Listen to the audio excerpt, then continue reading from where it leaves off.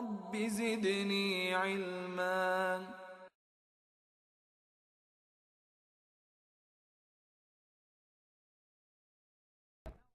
Today in 2017, you're making the claim that everything within biology fits the Darwinian paradigm. Even secular mainstream evolutionary biologists who believe in Darwinism do not agree with that statement. It's evolution by natural selection. There's no anomaly to it. There's no anomaly to it? Are you telling me that within secular academia there's no anomalies to a particular scientific theory? If that's true, then Darwinian evolution is no longer science. Why is that? Because every single scientific observation, every single scientific theory is based upon a bunch of observations. Those same observations can give rise to alternative theories. This is the philosophy of science. So if you say this particular theory has explained all the data, a philosopher of science like Karl Popper would say to you, well, you've just made Darwinian evolution into a pseudoscience. Open to contrary evidence. No, but you just made a claim which explains all the data. Right? If you look, a theory that explains heterosexuality and homosexuality, why some birds fly, why some birds don't fly, why human beings are empathetic, why human beings are selfish. A theory that explains everything explains nothing, because it's not falsifiable. It is falsifiable. It absolutely. No, but you just said it explains all the data. So if it explains all the data, and that is the best, that is a belief that you actually have about it before I actually go into the anomalies, then you render a scientific theory out of the realm of science. You actually make it into a pseudoscience. Look, you've heard of Freudian psychoanalysis, right? Yes. Wait. A working theory is the whole basis of science. It's the most truth you can accomplish. It's the most but it's still open to contrary evidence. Okay, so let me just explain a little concept to you. Have you heard of the penis envy theory? No. Okay. Sigmund Freud, he had a theory that women are jealous because they don't have a penis, right? Okay, the penis envy theory, right? Now, what Freud actually did is anytime he met a woman who had problems with her husband, she's having a lot of arguments with her husband, he explained the reason why you really have an argument with your husband is because you are jealous that you don't have a penis. Yes. Okay? Now, anytime he met a woman that said, I am obsessed with my husband, I worship my husband, I love my husband, he said, you only love him because you wanted to have his penis, right? She has a penis. If you no, this is the penis envy theory. Right. Now, Karl Popper, a philosopher of science, what he actually did is he looked at this Freudian theory, the penis envy theory in psychology, and he looked at Einstein's general relativity, and he said, this is pseudoscience, and this is science. And why? Because the penis envy theory, no data can contradict it. But the general relativity, if, you know, in the experiment when they're waiting for an eclipse, if that experiment went wrong, Einstein's theory would be falsified. This same guy, Karl Popper, who was an atheist, he said Darwinian evolution is a pseudoscience because it's not falsifiable. Okay. So for example, I'll tell you something. You spoke about empathy, right? Yeah. How would empathy make sense within a Darwinian worldview if we're all out there to survive and reproduce? We have to look at either human behavioral ecology or evolutionary psychology. No, why are we good to each other? To help propagate our genes. Exactly. So we're good to each other to help propagate our genes. Yeah. This is a classical Darwinian worldview. Like J.B.S. Haldane said, I will give up my life for 2 brothers and 8 cousins, something like this. We're all there to propagate our genes. Now, is it not true that human beings help people that they're not related to? Yes. How does that make sense within a Darwinian worldview? Well, in a number of ways. There's network theory. Kin selection. Direct reciprocity. Well, kin selection is the biological... Reciprocal altruism. Yes, reciprocal altruism. Right. Circular altruism. What you just did right now yeah. is I made a little nice hole and you just walked into it. Yeah, okay. Go on then. Because I asked you, what would a Darwinian explanation be of empathy, right? Because Darwinism is about survival and reproduction. Right. Now there's a contradiction which I pointed out to you, which you explained in terms of Darwinism. So what you actually did is exactly what Freudian psychoanalysis actually do, which is take a contradictory piece of data and re-explain it using their own theory. Okay. So what would non-selfish behavior look like? Non-selfish behavior. Non-Darwinian behavior, what would it look like?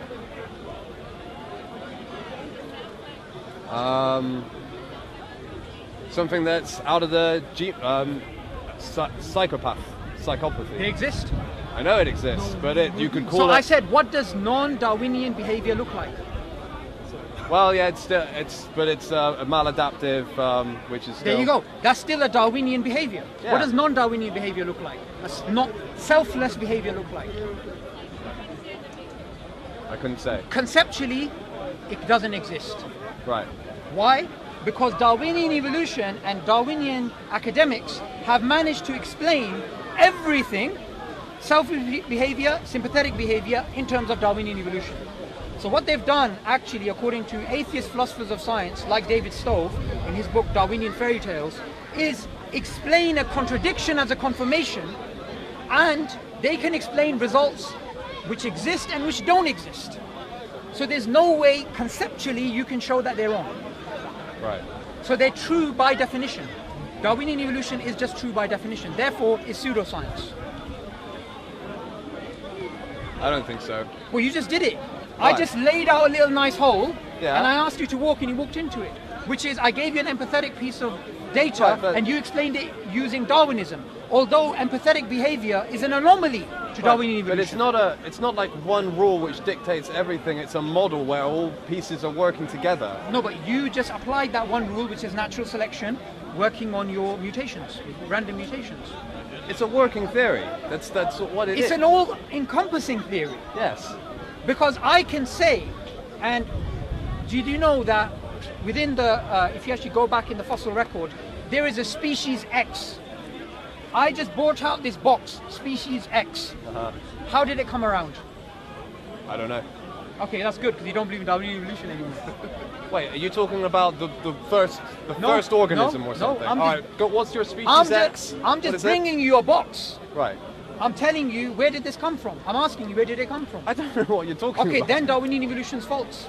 Well, because I don't understand your this analogy you're trying to make. because 99.999% of species are actually missing. We don't have their DNA, we don't have their bones, we don't have any pictures of them, cave pictures of them. 99.999% of species are missing according to the National Science Foundation.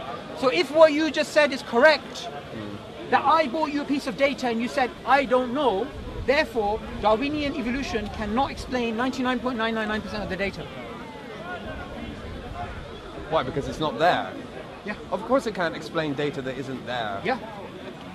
So you said you believe in Darwinian evolution, Yes. right? And now I just showed you why the whole of it is actually based upon data which is 0.0001%. Right. So So you're working how off can the you premise. how can you believe in something which is based upon 0.0001% of the data? That's how you look at it. You could say that it's based on all of the data. Weren't we arguing that point just a moment ago? That it encompassed all of the data? No, we were arguing that from a Darwinian point of view, what Darwinists have actually done is they've managed to frame the theory in a way that they can explain anything which exists or doesn't exist, even, like I pointed out, homosexuality and heterosexuality, even though both of them are polar opposites. Right. And a theory that has been framed in such a way that they can come up with hypothetical scenarios for anything and ad hoc rationalizations, that theory, it should be questioned about whether it is even science. Because look, I'll say that, look, you've seen documentaries about how we supposedly evolved, right? What they say about our evolution is that we grew big brains because we started to eat protein and we started to harness fire, correct? How on earth will you falsify a hypothesis like that? You pose another one. No one's. That Okay, theory so- is one theory. So pose another hypothesis. How will you test that? You could find the food that was available in that time. So you might be able to. that time, okay.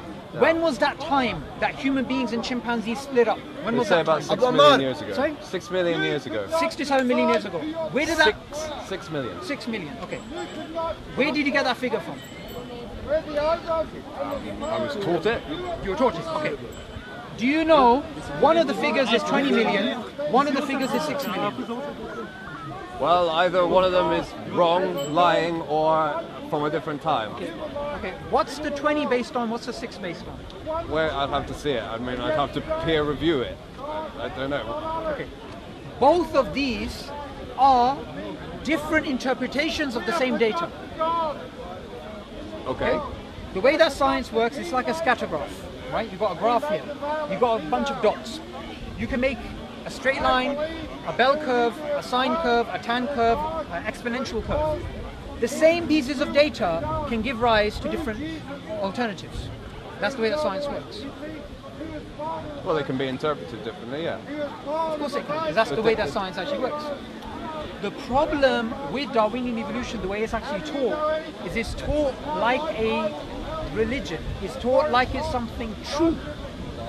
And that is the thing which I'm actually challenging, because we live in a secular society and we need secular ideals to make sense of reality. So like I'm a Muslim, we have the story, the creation story, that the universe was created by God. Likewise, the atheists need a creation Genesis story, and Darwinian evolution is their Genesis story. So if you came to a Muslim country and I taught you the Quranic origin of the universe, you would want to challenge that. If that's true, then you being in this secular society, you should also challenge the material Genesis story of atheism. I think it is challenged. Well, if it is challenged, then give me any evidence in any school in this country or university where you can openly teach alternatives to Darwinian evolution and where you can openly criticize Darwinian evolution. Find me, like any child here before the age of 16, get me a GCSE book which gives me that, and if you give me that, I'm going to say I'm wrong and I'm going to walk away. Why is that important? That is important because that is exactly what we're talking about, indoctrination. Right. Where people are taught an atheist material Genesis story without being explained, firstly, what it exactly is, and two, the alternatives to it. Well, evolution exists in a science classroom. It's the same kind of Not science. evolution, we're talking about Darwinian evolution. There's a difference between the two. Fine, but it's taught in a science classroom. It's the same kind of science. It works off of the same philosophy. It's taught right next to physics and chemistry. So it's to omit it from the... I don't want to omit it. I want people to teach it. All right, but all that's I want it's is taught I want in a it science to be classroom. taught. So to teach something that isn't science in a science classroom... I'm not saying that. I'm not saying not teach science. You wanted me to find a classroom where it teaches an alternative to Darwinian evolution. Yeah. Right, but that wouldn't be science then. Do you know what you just did there? You just showed it is pseudoscience. Because you said anything that's not Darwinian evolution is not science. Yeah. And that's what I'm talking about. Because science, it's... Because I'll tell you something. I'm going to name you 5 atheist evolutionary biologists who are atheists. They don't believe in God, and they're evolutionary biologists. And every single one of them has come up with a different alternative to Darwinian evolution. This is not God. This is not religion. Okay, we have evolution by natural genetic engineering by James Shapiro, who is an atheist. We have evolution by mutationism by Masatoshi Nai, another atheist. We have evolution by Neo-Lamarckian evolution, another secular theory. Evolution, symbiotic evolution by the acquirance of genomes. That's Lynn Margulis, another atheist evolutionary biologist. Stuart Kaufman, evolution by self-organization. 5 evolutionary alternatives by atheist evolutionary biologists. You'll never find them in textbooks. Okay, fine. You can. They'll be welcome in a science classroom as long They as won't they're be based off welcome of the if what you said scientific is true. method. But if you present an origin story that's not based on the scientific method, then it's not going to be welcome in a science classroom. I agree with you totally. But these 5, these are not based upon religion. They're welcome. But you just said anything that's I'm- non-Darwinian is not science. Well, that's because I'm talking to a Muslim and I thought I was arguing that point. No, but what you need to understand is this. When it comes to your worldview, look, me and you are going to die one day. Pardon? Correct? Me and you are going to die one day. Oh, Right? Either God exists I or... need to go and eat. That's absolutely fine. And that's survival of the fittest. Right, let's speak to you. Okay, it was very good speaking. Fred, listen. It's very nice talking to you.